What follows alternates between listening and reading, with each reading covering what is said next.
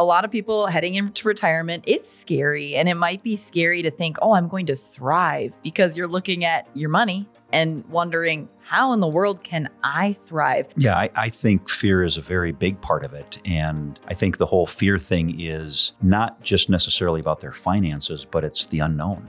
What is your main advice that you would give to people when it comes to retirement? Just kind of a believer in being intentional. Just don't coast, don't float. What is it that you really want to do? If you were to design that ideal retirement, what does it look like? We tend to focus so much on the dollars and the finances and everything else. And one of the things that I've shared with a lot of clients is stop counting your dollars. Why don't you start counting your experiences?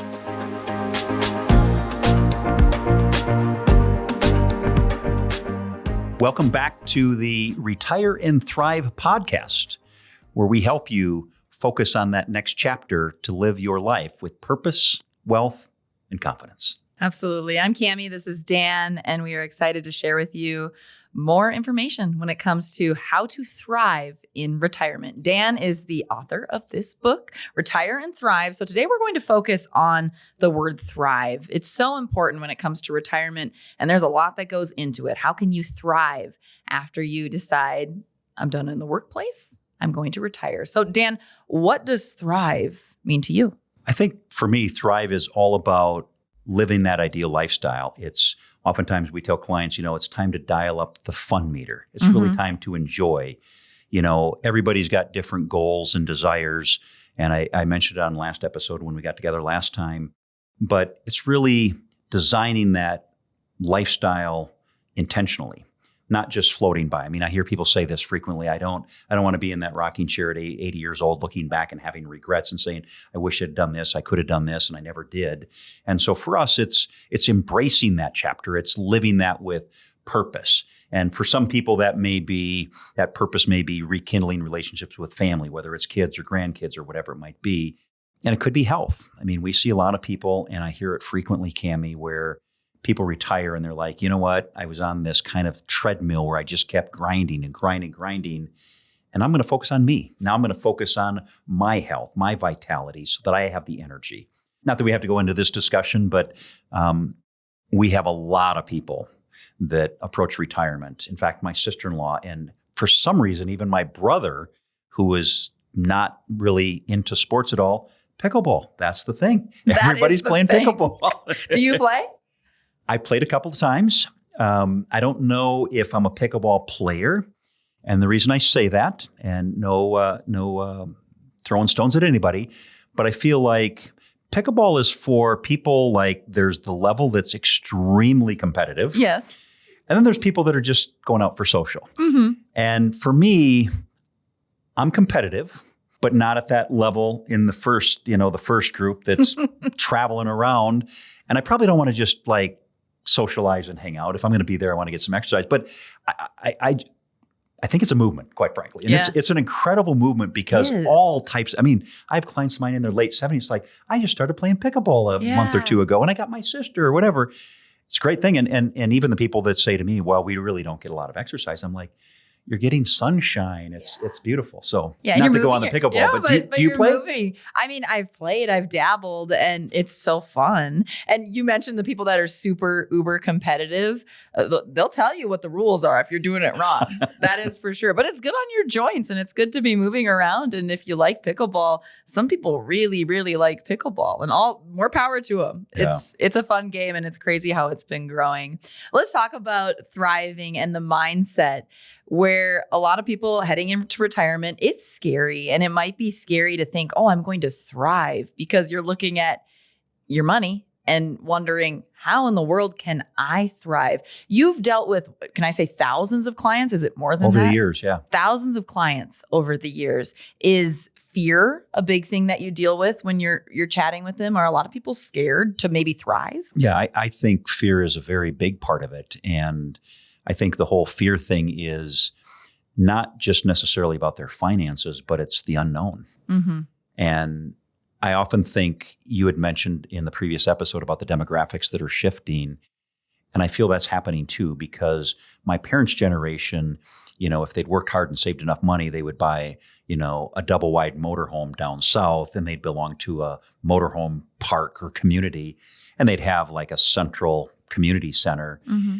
And that's just, they still exist. But now, we've got clients of ours that are in their 70s, and we can't get a hold of them because they're so active and they're so busy. And I would often say to them, I actually enjoyed it when you were working because at least I knew there was consistency. But yeah, they're off playing bridge, or they're doing pickleball, or they're playing golf, or that sounds like thriving to me. Very much so. And again, that kind of ties into the whole health thing. Yeah. Is that oftentimes we work too hard and we don't play enough and we don't get the exercise we want to do. And so for a lot of people, that's a big bucket list item for us. I want to get my health back. Yeah. And when we touch on thriving, so for those of you joining us here on this episode, we are in the Midwest and we deal with a lot of folks who we call them snowbirds. Maybe you've heard of that. Maybe you haven't. If you're from the Midwest, you know what a snowbird is. We live here in the summer and head down south for the winter and thrive down there. But when you think about becoming or being retired and getting to that age and looking at potentially getting a second home,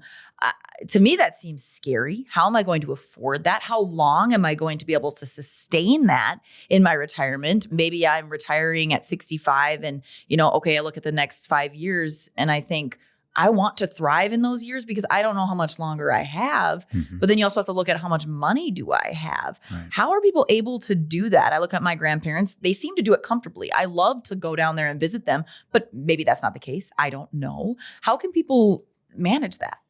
Yeah, and I think part of it for us is we build out these scenarios in their financial plan itself. So we kind of run through all of the numbers and we take a peek and see. But you're right. I think that's a big aspiration for a lot of people. And it's not always necessarily, I want to buy a second home. In fact, some of our clients that have, extreme wealth have no desire because they're like, I don't want the maintenance. I don't want the headache. I don't want to deal with it. So we'll go down to Florida for 2 months, or we'll go, down to Texas for a month, because to them, that's what's important. Whereas other people, we just had some clients of ours just a year and a half ago, his local business owner, and he sold his business, very successful business, did it for almost 40 years. Wife worked at one of the largest employers here in Rochester. And he told me, he said, I'm just concerned that my wife will never retire because she just feels like she needs to continue to work. And I asked him, I said, is it more financially related? He says, no, I think it's part of the whole purpose thing. And so ultimately she did retire. I mean, we kind of ran through all the numbers and she could kind of see that they were financially okay. And they bought a place, and they happened to buy a place down in Arizona, just outside of Scottsdale. I have visited them twice now, and beautiful place. They live on a golf course. And they golf 4 to 5 times a week because that's what they like to do, and that's what they like. But one of the things that they shared with me was, in fact, when he turned 70, I was down there. There was no less than 20 people there celebrating his birthday. And then they pack up, they come back to Minnesota in May, and they usually head down in October, November. And he said, Dan, it's like I've got a whole separate set of friends. He says, it's just, and so we get, to late summer, August, September, he says, we just get anxious to get down. I mean, we keep in touch with some of these people. And so it's just like a whole different group of friends that they've got, and they're just like family to them. And then they come back and it's the same thing. So to answer your question, I think first and foremost, it's more about putting together the numbers to see how it all works.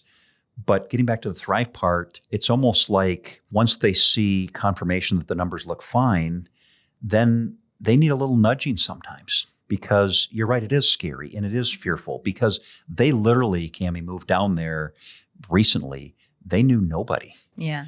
And so it was kind of scary and overwhelming for them and a little bit afraid. Yeah, good for them though. So happy for them. That sounds so great. And I'm sure they come back and have some family back here. And then it's like, okay, got to get back to my friends just down so there we're in clear, Scottsdale. You've got a few years yet. So you're not there yet. Yes, I need to continue making money in my job and saving appropriately. That's for sure. How important are those relationships when you look at older folks? I mean, I feel like some nudging needs to happen when you go to these new places to meet new people. I always think of my grandparents and their group of friends, fantastic friends that have become friends of mine because you go down and visit, and it's a blast. And then I look at my other grandparents, they've gone down south a few times too, and maybe they don't go and incorporate themselves into some of these groups that you potentially can. I mean, when you go down south, again, we're from the Midwest, so we go down to Arizona, Florida, Texas, different places like that. And they have so many options for people to meet new people. How important are those relationships when you speak with people about their retirement? It's interesting you say that. I can't remember the exact name of the study. And for you viewers out there, if you went online, specifically YouTube, there's been a study. It's the longest running study that's done by Harvard University. And the study is the key to happiness and longevity. And so Harvard, going back to World War I, kept track of all the people that had graduated from Harvard. Back in those days, they've been tracking, it's only been the males. Females were not tracked. But this 20-minute presentation is by the current professor who's taken over this. I think he's the third generation that's taken over this study from Harvard. And what was interesting is in this entire study, I don't want to be the spoiler alert here. One of the people that was in there was a president of the United States. He didn't name who it was, but obviously graduated from Harvard. But the key to happiness and success and longevity isn't their socioeconomic status. It isn't their political affiliation. It isn't the neighborhood that they lived in. They've determined, because I think it's 3 or 4 years, they do a survey, and it's hundreds of questions that they're asking them. And what it really boiled down to, it's all about relationships. Yeah. And I think that's one of the key things that we need as human beings is relationships. And I think that I touched on a little bit earlier, when you retire, regardless of what age, your identity is so tied in with the employer that you're with, that's gone. And some of those relationships that you have with your coworkers that you've maybe had, Kamie, for 20 years, 30 years, it's gone. And then now it's common people pack up and they move down south. If it's a second home, or even if they're just renting for 2 or 3 months, they don't know any of these people. And so it is scary. And I think that developing those relationships, and I think some of these communities, because I heard it when I was down in Arizona last year visiting for the 70th birthday, is we're all in this together. I mean, we're all here for the same reason. Right. And what is it? It's that connectivity. It's that relationship. Mm-hmm. So important when you're looking to thrive. That is for sure. Let's touch on that just a little bit more, thriving and those relationships. And you've worked with so many clients over the years. Have you worked with a therapist or someone to help educate these folks, maybe to help educate you on how important some of those things are when it comes to thriving? I mean, obviously you have the money side down, but some of that you touch on it in the book too, the importance of your overall well-being. It's not just about money. Have you worked with anyone to better your knowledge when it comes to how to properly thrive? Yeah, great question. I haven't worked with anybody directly, but over my years, there's continuing education. And I think a lot of it is a mindset. And so, as you indicated, Kamie, putting finances aside for a minute, there's so much inside your head. And as you had mentioned on an earlier episode, a lot of it's your upbringing and how you're raised in terms of, is it more of a spendthrift family? Is the family more frugal? Are they big savers?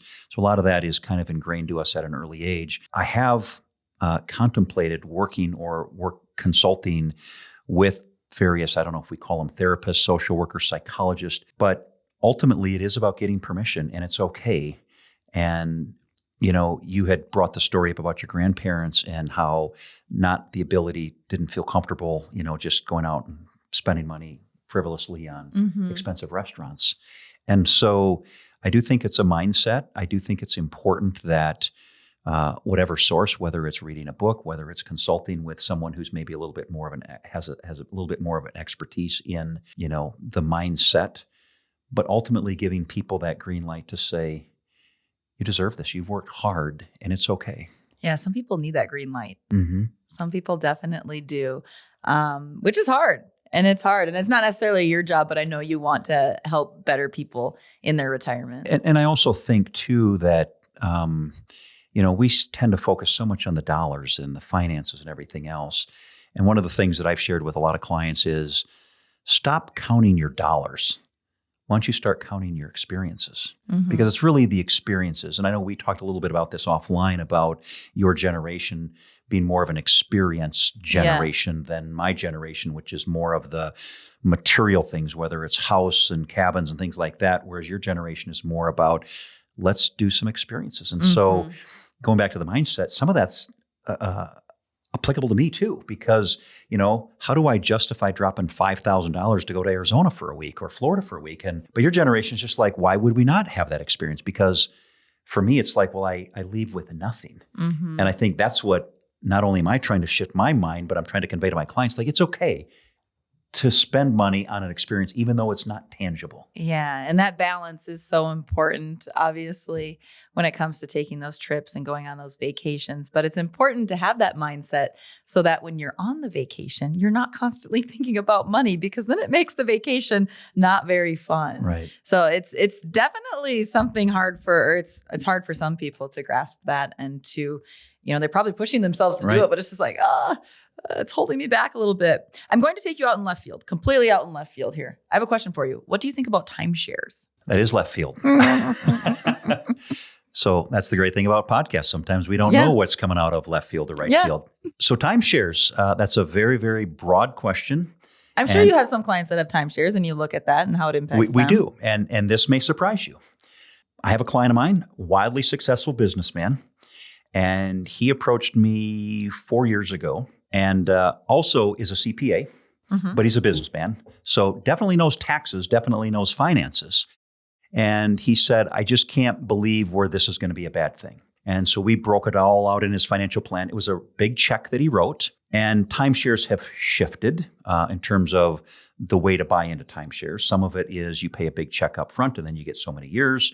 Some of it is you pay an ongoing maintenance. So they've had to evolve a little bit too. But long story short is with this client of mine who, again, very successful, he just felt like it was kind of a waste of money. And we ran the numbers and I said, what would it cost you? These particular ones, off the charts, 5-star, big rooms on the ocean, concierge 24, all of the stuff that you would expect out of the best of the best. And we ran the numbers and he said, I'm having a hard time writing the check. And I said, well, let's run the math. Let's figure out how much would it cost for you to stay at a place like that. Right. And I think getting back to the mindset, I think what he was struggling with probably more than the money side of it, Kamie, was should I really be staying at a 5-star place like this? Because that's, again, Midwest values. That's maybe a little over the top. But at the end of the day, he ended up buying it. He's been there 4 years. Him and his wife go 4 or 5 times. 3 of the last 5 years at Christmas time, they brought all the kids down, which total of, I think, 4 kids and maybe a handful of grandkids. I also have clients that have bought timeshares over the years. And this may surprise you too. I've got 2 clients of mine that were former CFOs, one of a nonprofit, one of a private equity, very smart people. They have spent a lot of money. I won't say the dollar amount, but they have spent a lot of money. But they said, look, we never bought the cabin. We're not buying a place in Florida. This is our summer. And they literally take off in November and they come back in February and they stay at the best of the best. They're in Aruba. They're down in Florida. Sure. They're in Panama Canal. I mean, they're everywhere. And they're like, for us, we realize that if we went to sell these timeshares, it's not worth a lot. But it goes back to exactly what we were just talking about. It's experience. Experience and thriving throughout those experiences, because I think timeshares can be scary and people, I'm not promoting or not promoting timeshares. I'm just curious about them because I currently don't have one, but I've done the spiel where you go stay somewhere and they try and sell you one, right? And then you look at that money that you'll be spending no matter what for the maintenance and things like that. But some stories there of people thriving, specifically with timeshares. So very interesting. And it's a mindset and it's managing your money and seeing if you can do it. So one final question again here. We talk about retire and thriving. Dan, what is your main advice that you would give to people when it comes to retirement and how they can thrive? Great question. Again, just kind of wrapping this up because I know we're getting close to out of time here. One of the exercises I do for people, and I'm just kind of a believer in being intentional. Just don't coast, don't float. Decide what you want. And so we have a little bit of a worksheet where you can create your ideal week. And so I go through these exercises with my kids every year. We do a kind of at Christmas time, we do a goal-based workshop, and we do it for 2 or 3 hours. I didn't think they would buy into it, but they just love it. They have. That's fun. So we kind of do something very similar with clients, and it's what is it that you really want to do? If you were to design that ideal retirement. What does it look like? And again, I talked about that piece of paper, but let's break it down from where you want to be over the next 3 to 5 years. Let's break it down to 2025. What's really important to you? Is it that trip? Is it maybe that bucket list item that you wanted to do a 5K or whatever? Is it important? And then just kind of, Stephen Covey always had kind of the reverse engineering, begin with the end in mind. So if in January of 2026, I want to run a 5K, for example, what do we need to do today? And let's just kind of bring it back. And so for me, we kind of go through just a basic exercise with clients sometimes, and we'll just say, well, let's just design that ideal week for you. First, catch your breath. You've retired, again, lost some of that identity, a little bit challenging, like you had mentioned earlier, Kamie, a little bit fear. And so once the dust is all settled, let's be intentional. And if it means designing, that ideal week, that ideal month, that ideal quarter, or even that ideal year, that's huge. And we've seen it because what it does is it holds people somewhat accountable. In other words, if you're sitting in with me in a meeting and we're in the month of May and you say, you know what, Dan, it's always been on my bucket list that, I always wanted to, let's just pick on running again. I've always wanted to do a half marathon or a 5K, whatever it is. Next time we meet, what's my first question to you? Kamie, have you signed up for that half marathon or that 5K? Yeah. Keep it moving. Yeah. Keep it moving. Speaking of marathons, I've signed up for it. I'm running the Twin Cities Marathon. No My friend, way. She's like, I want to do this before I turn 30. I want to run a full marathon. I'm like, and she knows I'm someone that like, if you ask me to do something, I'm like, sure, let's do it. So I ran 11 miles 2 days ago and I'm sore from it, but I got it done. So it's in October, so I have some time. But I will be doing that. So you can check up on me and see if I will check up on you. See if I'm not going to check up on you next episode, but we get down the road here a few months and we will be checking on you, Kamie. And speaking of the next episode, what do you want to cover next episode, Dan? I think we kind of wrap up this whole thriving in retirement piece and maybe get a little bit more into some of the other lessons. If you learn nothing over the last several episodes, it's dial up the fun meter, enjoy life. Life is meant to be lived. And I love this. We've worked hard. Yeah. I mean, let's enjoy it. Yeah, absolutely. And we hope that you look forward to our next episode as well. Please like and subscribe to our channel. We will continue these podcasts and we can be vague. We can be specific. Please comment below if you have something that you're struggling with or something that you want to share. Maybe it's just a story of some success that you've had or your loved one. And if things we've spoken about today resonates with you or your loved ones, please pass this along, share the link. Our goal here is to educate and to keep the positivity going when it comes to retirement, which can sometimes be a little scary. So that's all from us for today. Thanks so much for joining us.